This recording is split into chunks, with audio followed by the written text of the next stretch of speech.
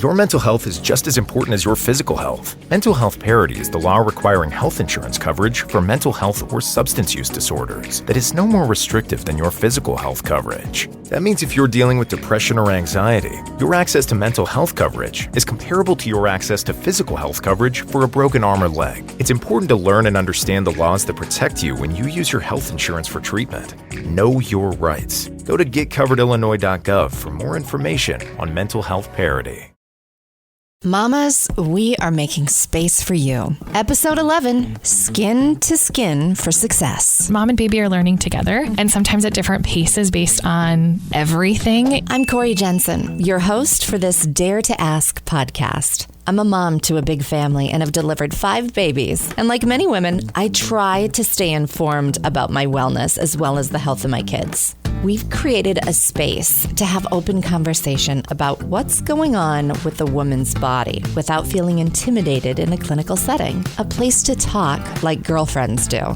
A space that dares to ask. We're here to make a connection, be authentic, and really get to know your provider. Yes, know the person behind the stethoscope. Dare to Ask will be where you hear the questions that we are all curious to know, but just need a space to do it. You've landed on the Dare to Ask podcast, show hosted by Corey Jensen and sponsored by Essentia Health.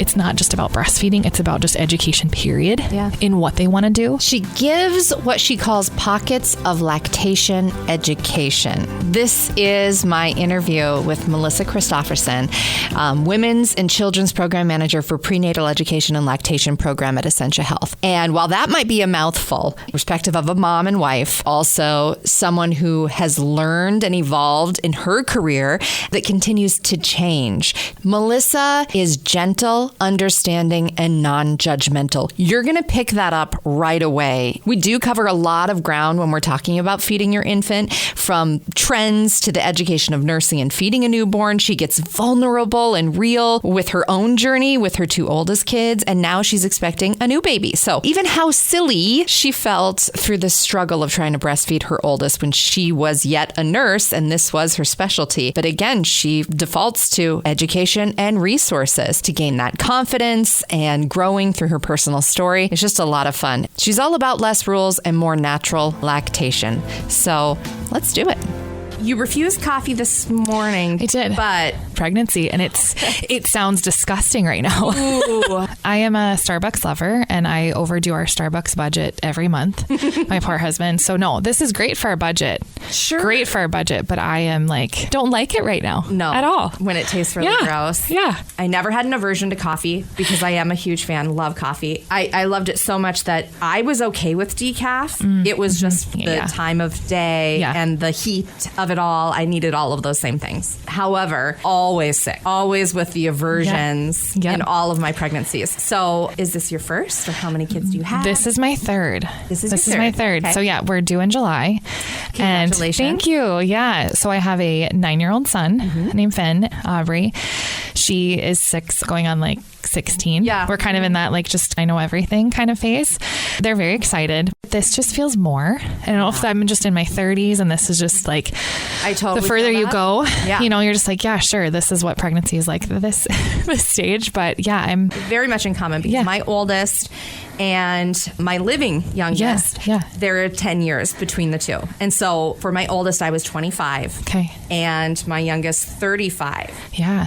When pregnant and delivering. Yeah. And there was a humongous difference in those 10 years. I could tell in my body and in just morning sickness, just every single thing. Yeah. But then there's also the benefit of the wisdom of knowing exactly what you're in store for and the ease of parenting, if you will. And sure. I hope that's something for some people who are hearing and oh, you mean things get easier? Yeah. I don't know if they ever get easier, as I feel like you just get, you just don't care about the things that you used to care about as much. Right. Meaning things that you see out, you're kind of it's whatever. It truly is, though. I mean, I feel like it does get easier because you're kind of well, I've kept these other 2, humans alive and they're doing pretty good, so here, let's add another one. We were kind of chuckling at that. We're wow, okay. 10, then 6, and then a brand new baby. Yeah. Let's just totally start over. Yeah. Yeah. It's been 10 years of motherhood. So it will be a little kind of symbolic too. Cause I was 23 or 24 when I had Finn, and I feel way more comfortable and way more tired. Mm-hmm. Way more tired. Warning. I'm just going to throw this at you too, because in the 10 and then the 6-year age gap between the then the baby, that encouraged us to have another. This baby can't be on an island by itself. Yeah. And my husband about 6 months later came around to that too and was like, okay, I'm not done either. Right. So just FYI, warning. Right. Okay. warning. A warning.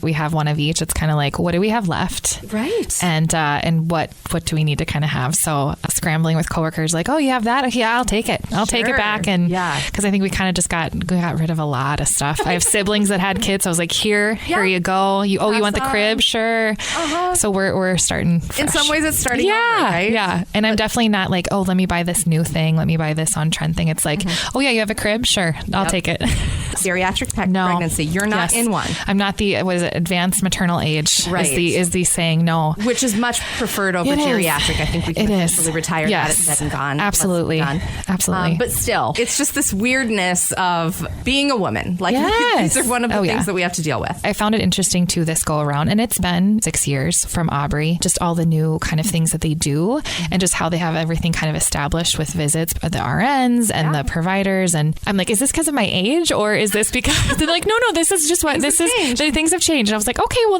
what are some of the things that you've seen in this pregnancy versus ones from 6 years ago? Yeah. I mean, I had an 8-week ultrasound, which I feel like I definitely did not with my first two. It was kind of like, okay, sounds good. And then just, I did a couple more lab draws. I'm offered more things, which we have advanced a lot in our OB department with maternal fetal medicine stuff, a lot of genetics, fertility things. It was all offered, it's like, okay, well, we can do this. And it just was laid out in such a nice way. I was like, okay, wow, I've had more visits than I remember in my first trimester. Yeah, for sure. Yeah, for sure. Well, and everything seems to be going good. Yes, it is. Great. Yes, we've been very fortunate there. And I am very aware of that, especially in my line of work. It's talked about more, which is so awesome. It is. And just, everything is talked about more, which I just so appreciate.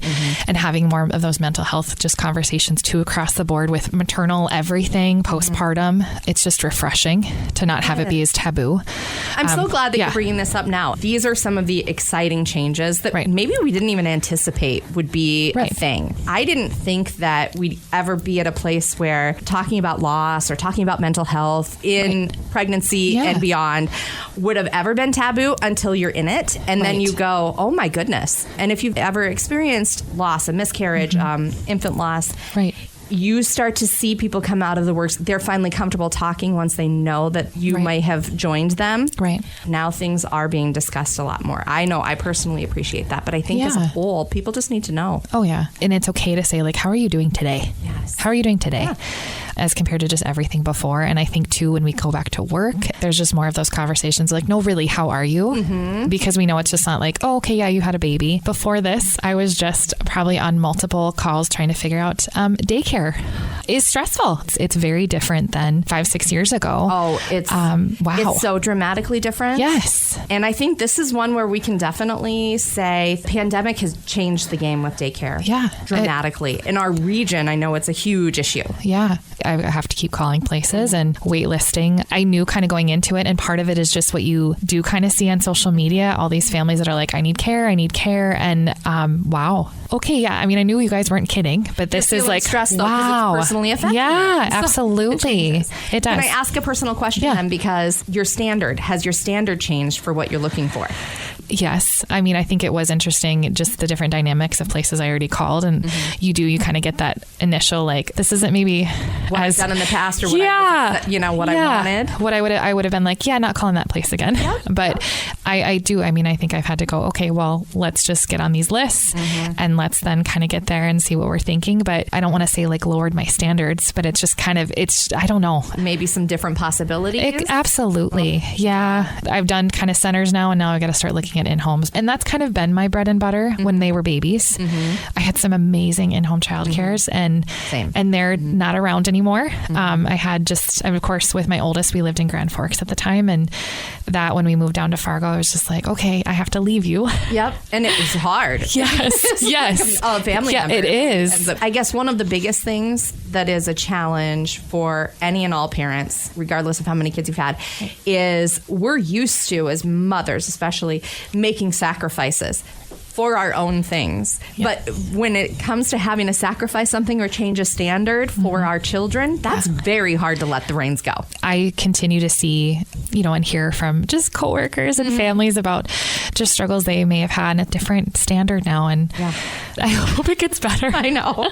I do. Well, hopefully, and even if I guess it doesn't change or get better, if you will, that we're adjust and we adapt, and hopefully maybe other areas of life get better. Yes. So you know how it is. Yeah. You know how it is. Yeah. What we're discussing right now with the current state of daycare, there's parallels when it comes to breastfeeding and formula. Yeah. There really is. There really is. There really is. It's such a standard, in an expectation, and all of those things. This is, talk about bread and butter. This is your forte. This is, we know. But Melissa, will you back me up a little bit? Maybe a wider scope of things. Can you tell me where you're from, where you were raised, a little bit of the journey, little Melissa? So I actually am a daughter of, I'm a middle to an older and a younger sister, and my parents were both in the Air Force. Okay. So we moved around a lot. Yeah. Oh, I don't know how many years ago we were stationed at Grand Forks Air Force Base. And at the time I was still in high school, but my older sister started at UND and she wanted to be a nurse. We kind of all wanted to be nurses, a nurse, a teacher, or in my dad's case, a pilot. Yeah. And so she stayed and went to UND, and we moved, I think, to Maryland, which was kind of, my family is from Maryland and Pennsylvania. Right. And I said, well, I'm gonna come back. We're gonna live together again, and we'll both go to nursing school. And so that's what we did. And we went to UND together. And of course, she went off and graduated like a year after I got there. And started a job. I actually met my husband my first semester at UND. Oh, wow. Like, okay, there we go. So serious relationship right away. He was a few years older. He was just getting done, and he's a teacher. I went to UND nursing school, and I've always loved the OB world. I've always loved mom baby. I had triplet cousins to see them kind of grow when I was in middle school, high school. And so that just kind of solidified, like, shape you. It really does. It's like, okay. And they were, preemies, and they were in the NICU for a minute. I remember that. And then when they were home, of course, triplets. My aunt and uncle were amazing, and we were kind of there to help. My mom and I and some other family members would come over. But this is the area. Knowing kind of that, what I could do once I graduated, I did get a kind of diverted a little bit. I got a job on pediatrics in Grand Forks because that was available at the time. It was a full-time job. OB was a real hot place for a lot of my classmates. Everyone kind of wanted OB, and I enjoyed pediatrics, and it was really fun. I did a lot of kind of women's and children's, but I was always kind of drawn to the babies that got readmitted for high billy because they were always needing that feeding support. Yeah. I found myself kind of giving them extra TLC, and I really enjoyed that. Like when the heart is drawn to something. They're just these new parents that are, getting readmitted to the hospital, and not only are they having a baby under bilirubin lights, but they're having to figure out how to feed them maybe differently than what they were at home. And I wanted to know more. And so kind of the opportunity with my husband arose that he wanted, he was teaching in Northwood at the time. He was driving from Grand Forks. It's about 40 minutes, but when you're kind of, and then we had Finn. And so that year of having him, of course, a horrible winter. Of course, this is not working. And so he looked a little bit in Grand Forks, but there was so much opportunity in Fargo. And we had a lot of friends here. Yeah, let's just move to Fargo. At Essentia, there was an opening for a lactation nurse. Got that job, and program manager at the time really just mentored me, and just all my colleagues that were in that lactation group did. And then I went on to get my IBCLC, the Internationally Board Certified Lactation Consultant. A whole mouthful. But really, it's just a lot more hours and education. I always say a lactation consultant specialist. They're not just there to help with breastfeeding. Yeah. They're there to help with kind of all walks of life, whether it is pumping, it is formula feeding, it is a combo feeding, it is each and anything. I just have really had that passion. And then a few years ago, the opportunity arose to apply for my current role program manager. So I now oversee the lactation program. I get to dabble in still doing a lot of clinic days. It's really fun. And then I get to do a lot of our prenatal education program. So really getting, really get a little of everything. I do. So I was super fortunate, and I still am, just to kind of do that and created a little bit more of a virtual platform for us that we still do. We definitely started some in-person prenatal classes up again, but there's a huge draw. And I think this generation, though, and kind of the one under me, whatever that one is, that virtual is really enjoyable. And we found that we had patients from across our markets joining, kind of what dates worked for them. And that's huge, because when you are looking at a couple trying to figure out to do it together, or maybe having to do classes separate. I'm assuming your class sizes have grown. Participation has. They have. We've had, I mean, of course, when you look at kind of room size, and we have just nice conference rooms, but it adds up when you have a lot of couples. And so the fact that we really don't have a max on virtual classes, there's quite a few classes that are nice and full. And everybody has a different learning style. And so the fact now that we have in-person available, kind of not really a hybrid, because doing both at the same time is a little like, okay, so someone's on the screen, someone's here, but we're having it where, each month there's a little bit of everything. So you can do an in-person, or another date, do a virtual, and it's working so far. And so is this your forever? Like the position that you have right now, this is like, it feels really good. It does, because I think if anything, I just more want to kind of expand what we can do a little bit more. I know we've been doing a lot more antenatal appointments with pregnant patients, which really is something that I've always strived to push for, because breastfeeding is the most unnatural thing that you can do. It's not easy for everybody, nor what is easy is in the eyes of the person. It's in the eyes of the areola. Yeah, exactly. Mom and baby are learning together, and sometimes at different paces based on everything, with delivery and the postpartum piece. Baby goes to the NICU. Yeah, there's so many. Everything. And so you might be on different paths for a little bit, and we kind of meld you together. And sometimes that can't happen in the hospital. It has to happen outpatient. We have those resources both in the hospital and out is just awesome. But more and more, I think what's always been a goal of mine is that women are as prepared as they can be going into it, especially if it wasn't the best experience with a previous child. So having more of those prenatal appointments, I push for. It's like, yes, definitely. If they have questions, have them call the clinic. Let's schedule a one-on-one. It can be a virtual appointment. It can be one-on-one in person, and just kind of walk through that story, kind of what their previous journey was, and see kind of where their goals are. Finding out that a little bit more of the medical history. Right. Where, I mean, now since I have such a wide swath of age range of my own kids, like in lactation, just huge differences as to what was recommended and pushed 18 years ago versus, 7 years ago. And I don't know if you feel like it just seemed more regimented. Even for me, almost 10 years ago, it was like, okay, feed him every 2 to 3 hours. He can't go longer than this. He needs to do this. And oh, by the way, you can't eat these foods. And it's like, okay, that was a lot of rules. Essentia is a baby-friendly, accredited, designated hospital. And so we not only have to go through a lot of that up-to-date, evidence-based information always, and we strive for that anyway as an institution, but I just find it fascinating too that there's so many walks of it that are so promoting of just infant feeding, period, and infant feeding education. I think, so baby-friendly is this designation that is a World Health Organization UNICEF initiative. And here in the U.S., there's probably over just 500 hospitals that are designated with this. Quite a few of our Essentia facilities are. And it just shows, we really want to promote and protect that bonding and that infant feeding piece for a mom and baby, but also letting families know that it's not just about breastfeeding, it's about just education, period, in what they want to do. That can be one of the hugest fear factors for expectant moms prior to even getting into it. And I've always said this, your body picks up on all of the stressors. So if our brain is already telling us, what if I struggle? What if? How the body reacts to that. It's like almost introducing yourself. You've manifested a struggle. Get lost in that mind. Oh my God. Darn you, mind. Right. We see it, and we hope just to kind of melt away some of those layers too. And whether that is those prenatal visits or just walking through it in the hospital afterwards. We know, of course, we're juggling sleep deprivation and just healing and everything, but it's like, okay, today, this is the goal for these next 8 hours. And our staff are so much more trained too with having this that it's like, okay, Mom, we're going to do this today. We're just going to do this one small goal. And we're going to have that snuggling skin to skin and do all these things. And like, that's what we always want. It's like, okay, let's just make this little goal. Let's also let you know what tonight might 2-night hold with cluster feeding, which happens that first or second night in the hospital. So it's like, that's normal. Yep. Doesn't mean it's not exhausting. Doesn't mean any of those things, but we're here to help you. And that's what I want to make sure every mom just kind of gets to that point of like, okay, these are kind of what I need to be aware of going in, because learning all that fresh afterwards is so much harder.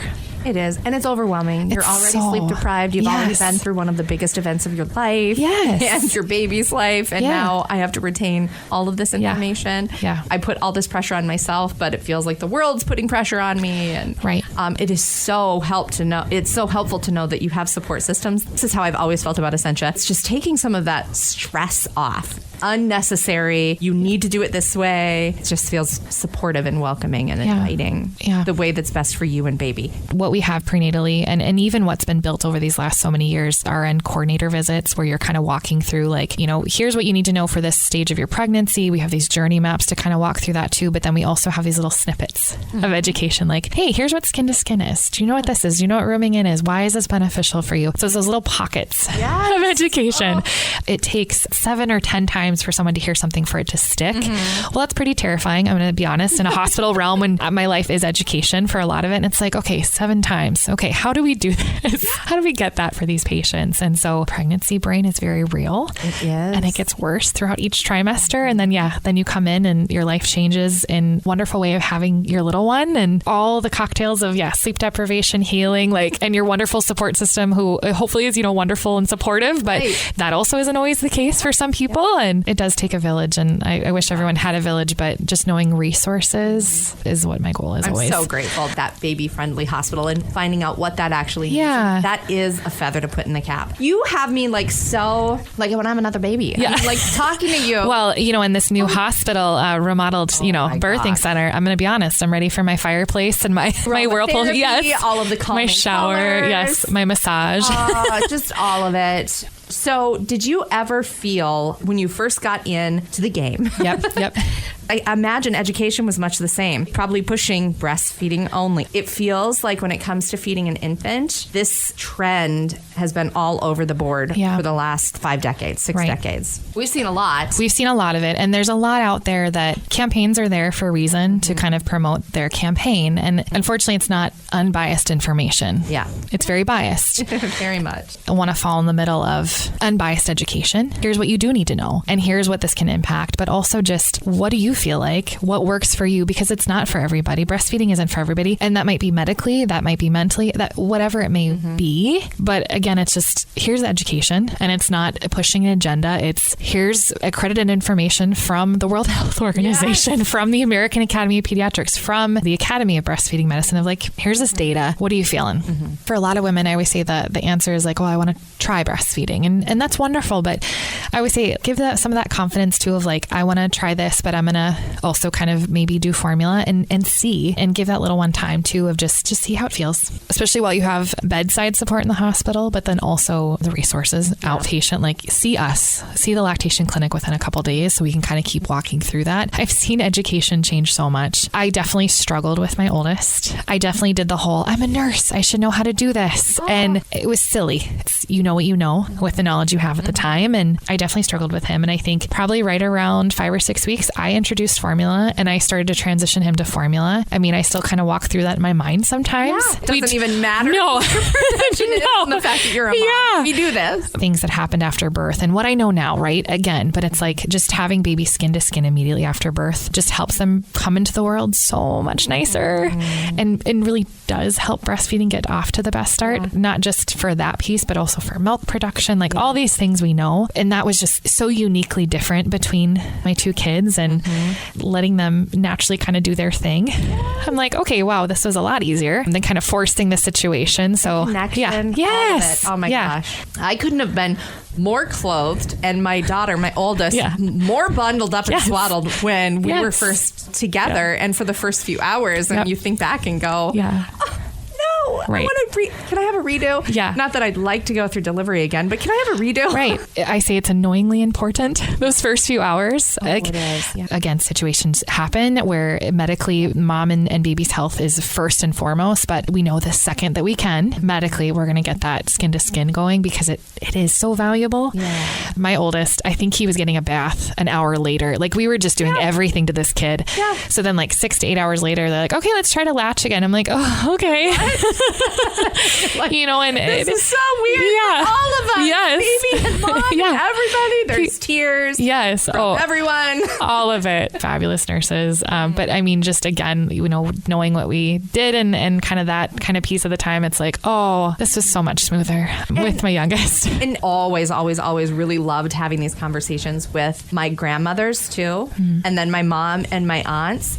Each of their generation was totally different with what they were doing, what was being told and instructed in the hospital and with their doctors and nurses versus what I was. And then I could even see such a huge change in the 10-year gap between my oldest and youngest, how things had changed. So roller coaster when it comes to feeding and nurturing our infants. And I mean, we continue to learn more too. I mean, just as a society too, and research and things like that we do every day, especially for not just our standard processes, but just across the world. There needs to be more research on breastfeeding. There needs to be more research on milk production, just OB world in general. Because there are women that just physically don't produce the level of milk that their baby needs to grow. And that's really challenging to navigate, but also just to have that honesty of like, okay, we're kind of at this stage right now. And that usually does occur postpartum in the clinic of kind of where we're at. And there's a lot of medical indications, which is why I think, when women are wanting to get pregnant, kind of having those appointments of like, okay, I have, maybe a thyroid condition or PCOS, going through fertility struggles, things like that do put you at more of a concern or kind of a red flag for potentially having kind of a milk production issue. I don't know if it's a hot topic because we've talked about it kind of more and more over the years, but antenatally or doing prenatal hand expression is a possibility the final weeks of pregnancy. And that wasn't talked about at all. Yes. You can't touch your breasts. Yes. You can't. Don't start labor. Right. And yes, there are certain, families or certain women that we do have to be kind of careful of. So I always say, please talk to your midwife, please talk to your OB before you start this. But across the board, majority of women, this is something they can do right around 36, 37 weeks, just once a day. Hand express, touch your breasts, do a little bit of this type of massaging to get some colostrum out and collect it and freeze it and save it for the hospital. And for a lot of women, that's amazing because if they do need to supplement with something, they can supplement with their colostrum for those medical reasons. I love about Essentia is we always know mom's milk is first in line, but we have donor milk, not just in the NICU, but on the birthing center. This is not like an extra of anything. It's like, this is available to you as a volume. Are you wanting formula? Kind of just going through those aspects of education because it is good for the baby's gut. We're trying to keep that nice colostrum in there. And then we're kind of having to do, say, for low blood sugar or something for baby, a little bit more volume, and it's available. Wow. Yeah. Kind of nerding and geeking out over all of this stuff because I love it so much. Yeah. I feel like every day we kind of just look at different aspects too and go, okay, where are we at with this? What can we kind of progress, provide this more resource? Things have changed with COVID. And honestly, now in a good way of just providing different realms of support. We do have a lot of great lactation programs, both public and private practice, that when I talk to my older sister who lives in Maryland, I mean, even just her kiddo had a tongue tie and that took a while to get diagnosed. It was like all the things. I was like, wait, what just happened? A sweet nurse gave her a nipple shield right away in the hospital. I was like, is your baby latching? I had such a hard time not just getting on a plane and flying there. I bet you did. I was like, can you FaceTime me and just let's walk through this? And realizing even in that oral world of just oral restrictions, seeing oral facial myologists in our community, we have a lot. And there's that side of things too. I mean, tongue ties, lip ties, it's not a fad. Yeah, it's a thing. Yeah, and it's something to be acknowledged. And what resources can we provide there or refer to? As a mom, maybe you are going your third, your fourth, multiple pregnancies. You're like, I had no problem with the other ones. And then suddenly, this is different. This baby's different. Or I'm different now. You have resources that are incredibly accessible right away. Yeah. nearly 2 decades ago, it felt like you had to go weeks suffering through things, really exhausted, and baby's not doing well, mom's not doing well, before you finally realize, okay, here was the problem all along. Yeah. And you could have found that out maybe even a day, if not hours into the issue. I mean, we want to see you, especially when you're in the hospital, but we also want to see you within those days after, just to really check on you. And it's not just to weigh you, or we don't want to weigh you. We want to weigh your baby, to weigh your baby, but also just to walk through how it's looking, how it's feeling, because sometimes, you leave the hospital and you're like, the latch is feeling okay. And then your milk comes in and you're like, what is this pain? Or what is this feeling? Why isn't my baby latching now? And it's little tweaks, it's little touches. And I always have moms go, well, I could have just done that at home. It's like, but you're here and we're going through this now. And pumping too has just taken off. And there are a lot of moms that pump flanges, sizing. That is a whole new ballgame. And we've, even just as a lactation consultant, I've learned more in the last few years, just more on that flange piece, that I can be honest, when I started here almost 9 years ago, I was like, I don't remember really going like, oh, let's measure you. Let's measure your nipple. So I've grown in that world too, of like, oh, this does make a difference. And there's also certain pumps that make a difference for women. And it's not always the bells and whistle ones. Sorry, guys. Those wireless ones that are $500 are supposed to be a secondary pump. And the ones that hopefully your insurance covers, as they all should, those are the better pumps as a primary pump. But kind of that aspect too of just insurance coverages. And I mean, lactation program is that resource, and that's what we're here to be. So as many visits as you need, we're there for. Oh, that's fantastic. So, but what's something that you like to pass on? What's something maybe you do regularly or daily in your life that you think is an incredibly valuable health nugget? When it's nice out, I like to go for walks. I have a nice kind of big dog to walk around too, but that's kind of the health side of things. And then sometimes, honestly, it's just vegging out in front of the TV and watching some cooking show usually. And then just on like HGTV or just something just to kind of turn off my brain for a little bit. I love to do that too. But like when your whole being thanks you for it too. Thank you for letting me just have some time off. Just go veg out for a little. We have our comfort TV shows. There's a reason why there are some shows that you can watch again and again and again, and it never gets old. And it's because your brain wants exactly that. It wants that release of being able to go, you don't have to work for this. You're comfortable. It's like mac and cheese or whatever your comfort food is. I can throw Friends on anytime. Right. It just puts me in an instant good mood. Is Schitt's Creek. I just always laugh, timeless kind of. I mean, and I have a couple coworkers, we just send each other gifts from it just all the time. Just like, this is this moment for me right now. And it just puts me in a good mood. And it's like kind of my veg out too. So I feel like it's just, you know what? I'm going to put on that episode. Someone sent me just a clip from the baby shower episode where it's a sprinkle. Is there any message that you, I guess, feel like it's your mission to be sharing with women, expecting moms, maybe first time moms even? What's it going to be like to feed my baby, or what's the right choice for me? It's starting early, just getting education. Take the breastfeeding classes, take the childbirth classes, do the apps, whatever kind of platforms, go through all of that. And whether it's, through us or through just kind of whatever type of support for those classes, you can join. And a lot of it you have to pay for, but as best as you can, I just encourage you to get a lot of that education and support now. Have a prenatal appointment with a consultant, ask some of those kind of burning questions you may have. But at the end of it, I want moms to make an informed decision. We're here to support you with whatever decision it is anyway. Breastfeeding doesn't have to be all or nothing. And for some women, it can't be. Education, I just want moms to make an informed decision, not just about feeding, but the whole medical aspect of things, not being bullied into anything, not kind of like saying like, you need to do this. It's like, okay, this is why we talk about best practice or best recommendation. What are your thoughts? That gentle approach. That making space for you to be your own person, but with education, you can make that decision for yourself. Being a support system to help you make that. And it might change over time. We have that ability to change. We do. Evolve. There's so much noise out there. It's like finding that space to just go, okay, like, what have you heard? What are you feeling? And checking in every day too of like, okay, how are you feeling today? What's working? What's not? And we want to do that, especially with moms that are kind of on these little feeding plans because their baby's not latching or their baby is having this or is in the NICU. Like, how are we doing today? What's frustrating?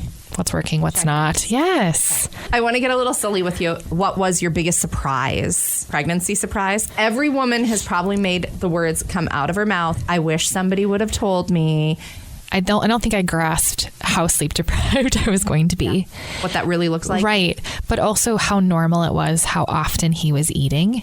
What I was told was your baby needs to eat every 2 to 3 hours. Well, he sometimes ate an hour later, and I thought there was something wrong with that. Yeah. And knowing that there's not, again, I knew what I knew. Yeah. I think that would have really helped me in that first postpartum period of just like that 4th trimester of like, it's okay that he sometimes wants to eat an hour later. There's nothing wrong with that. Or just a vocal baby a certain time of day. Yeah. We had our witching hour for a while, and that was usually right around the time my husband would drive his 40 minutes from Northwood to come home. Luckily that transitioned away actually right around the time I went back to work. Yep. A lot of my friends at the time didn't have babies. I was the first, and it's okay that this is what he's doing. And transition to number 2, she's hungry again. Yep. Like, this is normal. Like, just put her on. I'm not stressing about it anymore. Exactly. I know. For me, reading about it, going through the classes, hearing my doctor say it, and still you can't grasp it until it's happening. Explaining letting down. Yeah. How do you explain that? Literally, you might as well speak Greek to me. Yes. Because until it's happening, it is so hard for me to describe. Yeah. How do you describe it to women? They ask. Right. It's different for every person, actually, because sometimes it is dependent on even just your milk volume capacity in your breast, which, milk volume capacity, that's a thing. For your breast. Yes. One breast could be one way and the other could be another. And I always tell women, treat them both equally. They're sisters, but one might be the star sister and the other one is not. And that's okay. We want to treat them the same. One's the pretty sister. Yes. The other one that's always going to be like, reaching for the crown. Yes. But it is. I mean, for a lot of women, it's kind of just a warmth or a tingling down their breast. And it's usually when you first let down, or maybe it's between feedings when you're kind of refilling, which your breasts are always refilling. They're never empty. There's always a certain milk capacity in them, which is another thing too, with kind of milk ourselves dry because you can't do that. Nope. You can't do that. Physically not possible. Yeah. About like nighttime, which is such a critical part in your lactation. Your hormones are actually at their highest. Like it's a really great time to remove milk, but there's always kind of like, okay, I want my partner to help. And it's like, okay. And there's kind of that bonding aspect, that families want to have. And I do always say, well, that's whatever's going to work for you. However, you are going to need to try to remove milk around that time. One, just for your own just comfort, but also for long-term milk production, which is not something everybody knows. They think, okay, it's not a turn-off switch, which I wish. Yeah. That might be one of my first questions that I ask when it's my time is, couldn't have done a turn-off switch. Our bodies already go through so much. Yeah. If we could have an on-off here, that would be awesome. A little pause. But yeah, I mean, that is something, because sometimes we have moms come to us in it because it's not an immediate thing. It's weeks later and they're like, I just feel like I'm not making as much. And it's like, okay, let's walk through your 24-hour day. And then we're kind of like, okay, nighttime. Let's kind of remove a little bit more milk. And that usually does it. So we have to give ourselves grace there, because it's like, okay, I didn't know that. And it's like, that's okay, because we go through, 80,000 things. And I'll be honest, sometimes I don't talk about letdown because I'm like, you are, let's learn latching. Yeah. Let's learn positioning. Let's get this down. And then we'll talk about all the other things your body's doing. Yeah. But that is also just so different for everybody too. Okay. So, yeah. You know how some people are like, where were you when 9/11 happened? And my thing is, and I know that was way left field right there. I remember where I was when my milk first really came in, like that moment. And I was shopping for a nursing bra after having left the hospital on my way home. And it was world altering to the point where I'm like, first of all, my breasts have never felt this way in my life. Right. They've never been as hard, full, and so painful. And why right now? Yeah. Why? Why, Jesus? Why in the middle of the store? Why here? Why in the store? Yeah. Why? Yeah, all of that. But those were those moments of, no one can fully prepare you for all of the things motherhood and your changes and your baby's changes and how different we all are. We're all humans. So everything's going to be different. Everything. And that's, especially I do remember that actually. I'm trying to, where was I though? But I was just shocked with my first, because I definitely had more engorgement, but I also, again, looking back, factor in the rigidity of scheduling him. Yep. It plays a part in how uncomfortable you are, because you're not, I mean, I think I was even told, breastfeed for 15 minutes on each side. Well, we don't say that. Yeah. Let them go as long as they want.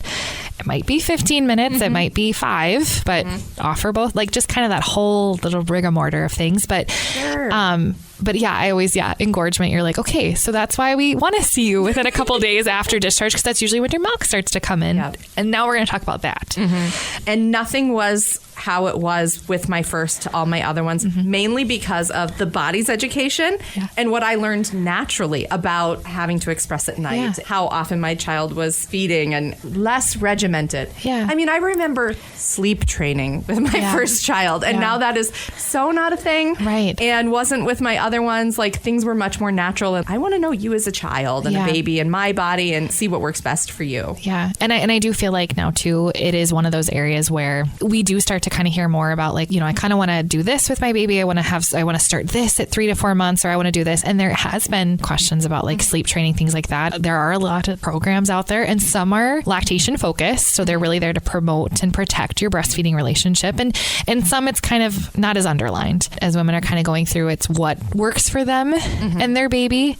But unfortunately, that's kind of always my little like red flag for families, is just because something's out there doesn't mean it's always going to protect what your milk production is. And that's hard, because it might not affect your friend who did this program or this person online, but it does affect your milk production, or it does affect that thing for you. So take that kind of with a grain of salt, because there's a lot of gadgets now. There are. There's a lot of hacks, and there's a lot of TikToks, and there's a lot of, I pinned this, and did you try this recipe and take this supplement? Yes. What do you do with the woman who comes in with all of that? Right. It's like, help. What do I do? Or break it down. You have to go, okay, what is in current state for you and your baby right now, right? How old is your baby? What has it been like since birth? Because that kind of helps us navigate kind of where we need to go, and truly what mom's goal is. What's her desire? Because it might have changed with all this. As best as we can, get rid of all the extra stuff. There's some really helpful things like for milk collection that you can do, but that's more if a mom likes to leak a lot. Otherwise, sometimes you might be aiding the problem if a mom's an oversupplier, or, like these hakas that are out there that are great little milk collectors that people have. There's different forms of it now. It can also be great if a mom needs to try to get extra milk because she doesn't want to be attached to an electric pump all the time. That also is something to navigate. Just a lot of the sleeping devices, unfortunately, can be really not the greatest. It depends on the age, but if we're trying to make them not wake up, if they're naturally wanting to wake up to eat, whether it is for comfort or food, I mean, it always comes down to it might affect your milk production. That priority of, do you want it to affect your milk production, or do you not? Exactly. And it's usually a gradual effect. It's not always immediate. And so sometimes we're kind of like, it's been a month, and we're like, what is your concern now? And they kind of feel like not kind of where I used to be at. And the breasts do naturally get to know the milk volume that's in there. So they're not always really full. And that scares a lot of women, because they're like, well, those first few weeks I was really full and I was really engorged, and now I'm not so much. And it's like, well, that's also your breasts getting used to what's in there and your baby getting really efficient. Total secret time, confession time. Almost like a competitive element. So even with myself, I wear a Fitbit. So it'll be, how many steps did I get yesterday? How many steps will I get? You know where this is going. Yes. How many hours of sleep did I get? And it was the same for me. It's how many ounces am I putting in the freezer? What has changed? Oh my gosh, variation changed. Now what do I have to do to pick up the pace? And okay, I'm making a new batch of cookies tomorrow because this can't change, or I'm going to up this, or I'm not going to calorie restrict as much tomorrow. Oh my goodness. Sometimes you get in your own head, and there's something to be said how that's not healthy either, ladies. Yes. But seriously though, because we go through that. Full disclosure here, I did that with Aubrey because I felt like I had to prove it to myself how my breastfeeding relationship was with Finn. I was like, nope, I'm gonna do this length of time. And so I was like, okay, well, you know what? I'm gonna do a morning pump after this feed because I want to add to the freezer. All the things. You don't have to do that. But there I was postpartum with her, and I was like, okay, I'm gonna pump right now. I'm gonna kind of add that to this, but it's what works for you. And feeding the freezer, as we say, is not for everybody, and sometimes it can't be, but it's okay if you want to. Like in those early weeks when we say like you don't need to pump, but if you want to, or feel like you physically do, go ahead. But the Pinterest pictures of freezer fulls of milk, like that's not the norm.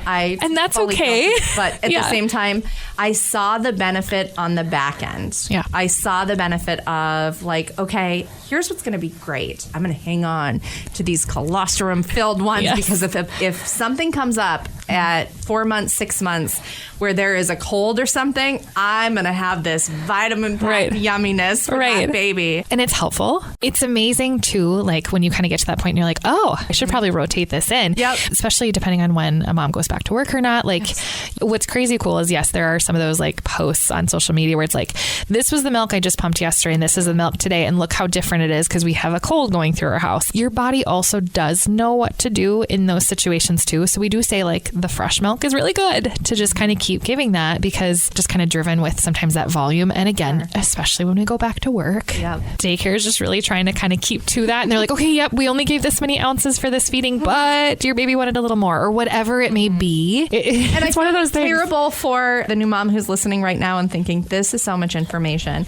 Just know this, much like the chapters.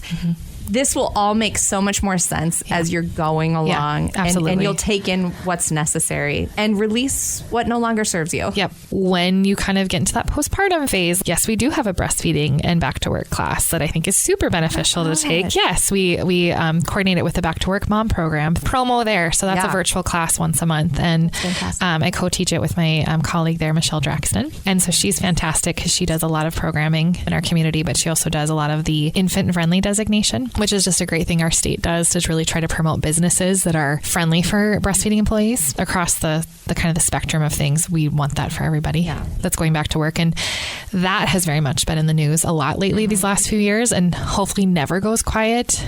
Is just maternity leave, paternity leave, I mean, family leave in general and back to work. It's just, one day we'll all be celebrating that. But Melissa, I literally talk for hours more. Thank you so much for today. We'll wrap it up right now, which is hard because again, let's just keep talking. But thank you so much. And best of luck to you and congratulations. Thank you. On this new edition. I hope I have you back. Well, thank you for having me, Corey. This was really fun. I really appreciate it. Good. Could talk to her for hours. She is just the type of resource that any new mom or nursing mom or just generally any mom who is feeding her infant can learn from. And that concludes season 3 of the Dare to Ask podcast. However, bonus episode coming up next week. Back at the beginning of this season, we kicked off the Dare to Ask podcast season 3 with a live episode.